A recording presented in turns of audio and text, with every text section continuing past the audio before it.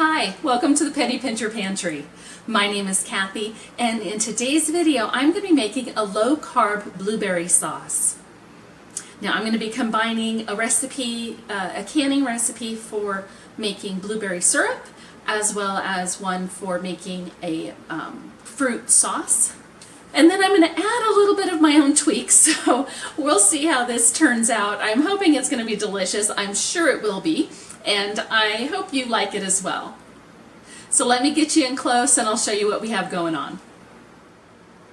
So the recipe that I'm following, the syrup recipe, called for 6 cups of blueberries. I'm going to be doubling the recipe because the syrup recipe only made 5 half pints.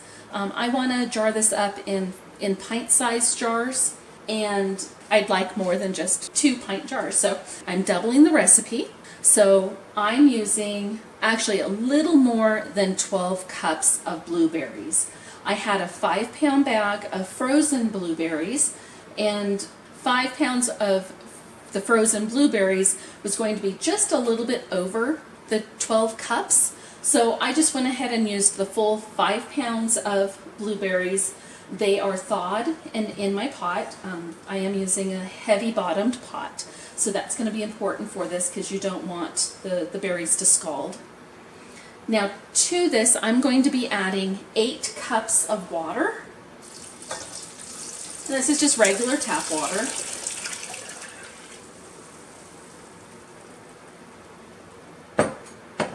Now as this heats up, I'm just going to use a potato masher and mash the blueberries.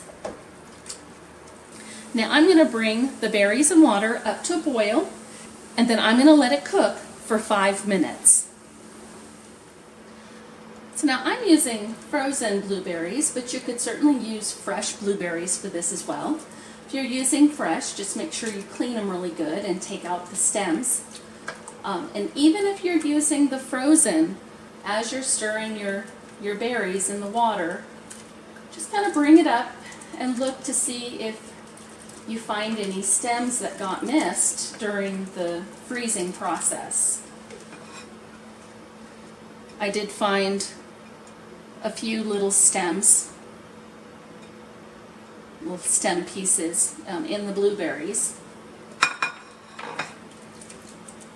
And I certainly don't want that in my finished product. So just as you're stirring it as it's heating up, just every once in a while bring up some berries, a spoonful of berries, and check to make sure that there aren't any stems or anything else in there that you don't want. Okay, so these have been boiling for 5 minutes. I'm going to go ahead and turn off the heat.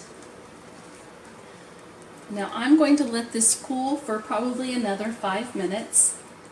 Now if we were making this into a thin syrup, it's at this step that we would strain off the blueberries. We would line a mesh strainer with a couple of sheets of cheesecloth, or like a flour sack cloth, something like that. And then we would pour our mixture into the strainer and then use a metal spoon to push down the berries to get out all of the juice. And then we would discard the skins and the pulp from the berries. But since I don't want it to be a thin syrup, and I also don't want it to be with thick berries like a compote, I am going to use my immersion blender to break up the berries and to hopefully to pulverize the skins and the pulp of the berries to make a thick syrup, because that's really what I'm trying to go for here.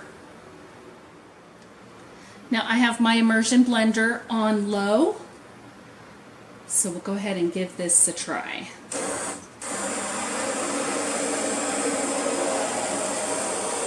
When you're working with hot liquid, make sure you don't pull the immersion blender up out of the liquid. because it can splatter. At least don't do it while you have it running. Hopefully you can see that. It's turning into a nice thick sauce. I think that might be good. Let's go ahead and test it. I think that's exactly how I want it. You see it's thick, but I don't have any big chunks in there. Okay, well this is going to be a lemon blueberry sauce. So to my blueberries, I'm going to add some lemon peels. I do not have fresh lemons. If I did, I would just finely shred some of the lemon peel. But since I don't have that, I do have some dried lemon peel, so I'll just use this. Doubling the recipe would be 6 tablespoons of lemon peel, but I think I'm going to start off with just 3 tablespoons, and then I'll give it a taste and see how I like it. In addition to the lemon peel, we're going to add 4 tablespoons of lemon juice.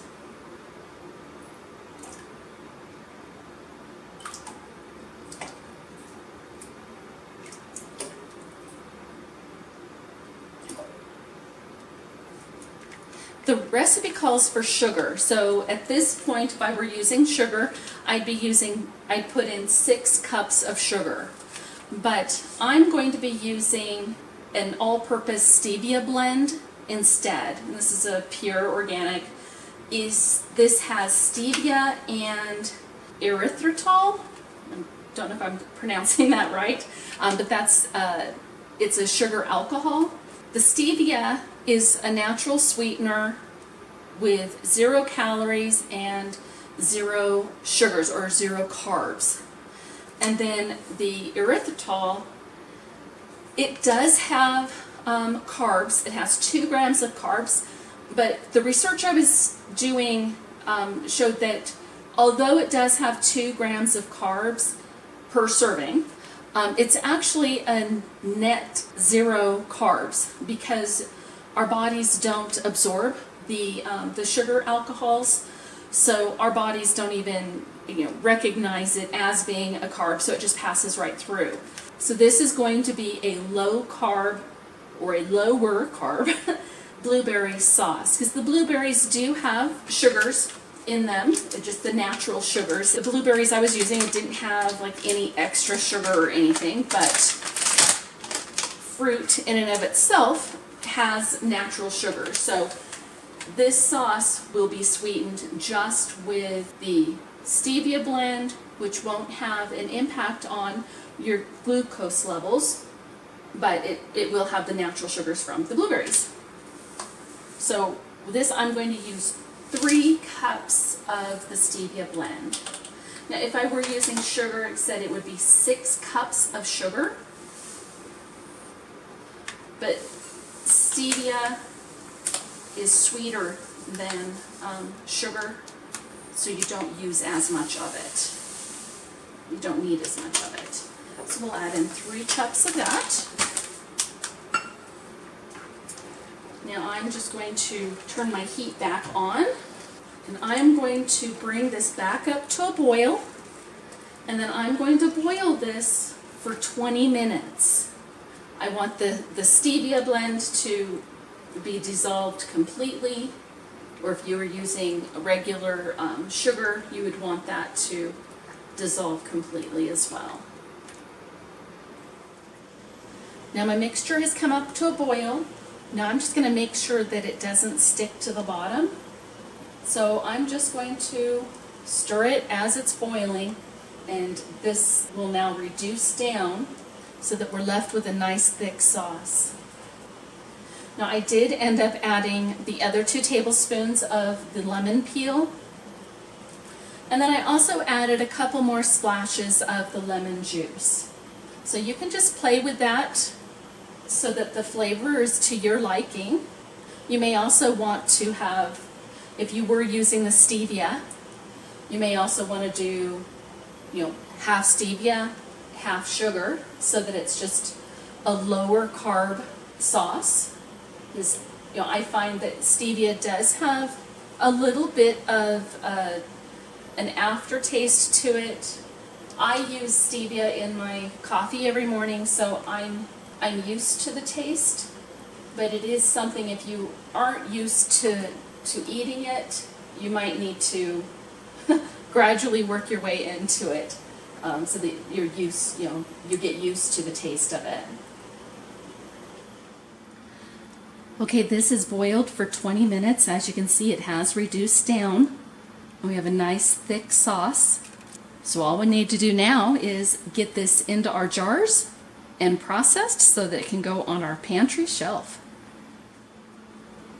Okay, so I have my ladle, my funnel, my lid lifter. I have my lids in hot water.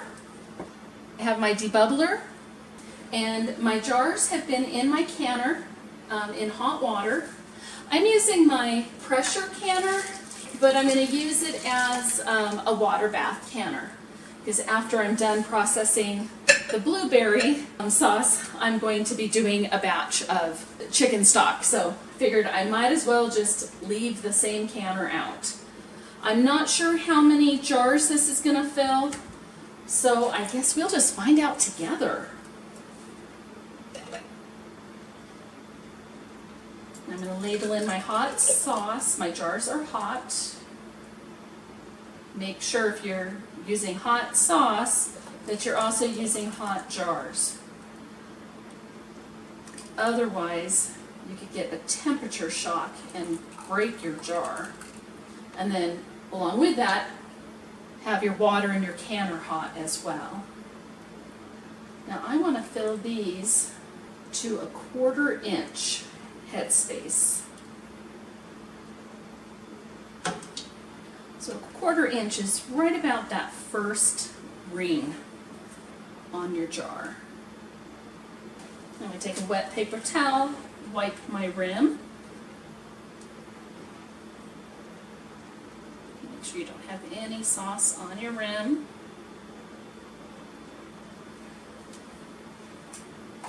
Take out a hot lid.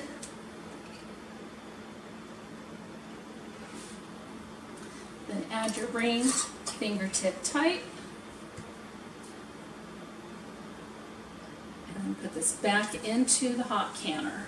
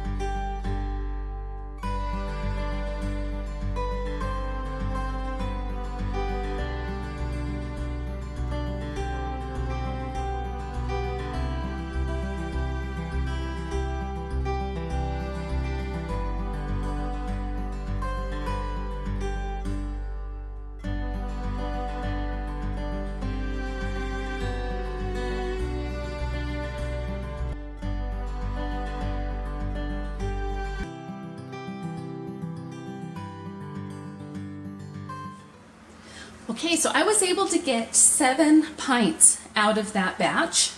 As I said, I'm going to be using my pressure canner as a water bath canner. So I have my jars in my canner. I have 2 inches of water above my jars. Now I'm going to set my canner lid on, but I'm not going to tighten it down, and I'm also not going to put my weight on my canner. So I'm just going to leave it like this, just with the lid sitting on there and without the weight on it. I'm going to bring this up to a boil, and then I'm going to process the jars for 15 minutes. The recipe calls for processing for 5 minutes, but because of my altitude, I need to process for an additional 10 minutes. So these will process for 15 minutes, and once they're done, I'll bring it back and show you what the final product looks like. Our sauce is done processing. There was zero siphoning. The water is perfectly clear. So now it's time to get these jars out of the canner.